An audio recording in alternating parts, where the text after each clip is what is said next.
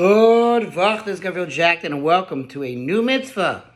Mitzvah number 78, using the Sefer HaChinuch, a mitzvah that keeps us on its way. The obligation to follow the majority, once again found in Parshas Mishpatim, which is in the second book.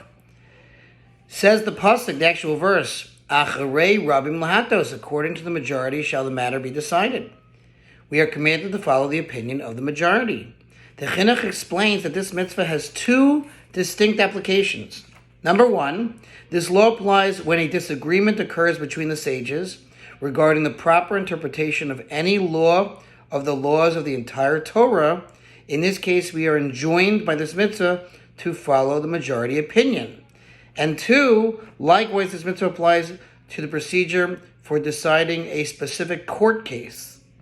That is to say, in a litigation between two individuals, Reuven and Shimon, for example, Reuven and Shimon, if there is a disagreement between the judges of the court of their city regarding the correct ruling on their case, where some of them argue that one of the parties is liable, while some of them argue that he is exempt from liability, we are commanded to always follow the majority opinion.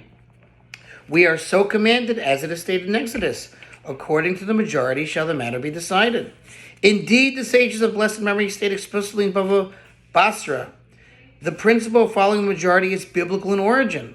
And elsewhere in Chulin, the sages state that the principle of following the majority can be derived from this verse. The Chinuch qualifies the general guideline of following the majority in cases of disagreement in Torah law. This obligation of choosing the side of the majority, it would seem, applies only when the two disagreeing groups are equally knowledgeable in Torah wisdom. This distinction must be made, for one cannot say that the principle of following the majority dictates that a small group of wise men should not outweigh the opinions of a large group of ignoramuses. Surely the opinion of the wise men should be given greater weight. Even if the group of ignoramuses is as numerous as those who left Egypt. However, when the two groups are equal in wisdom, or at least close to being equal, the Torah informs us regarding that case that the majority of minds will, as a rule, arrive at the truth with greater frequency than the minority.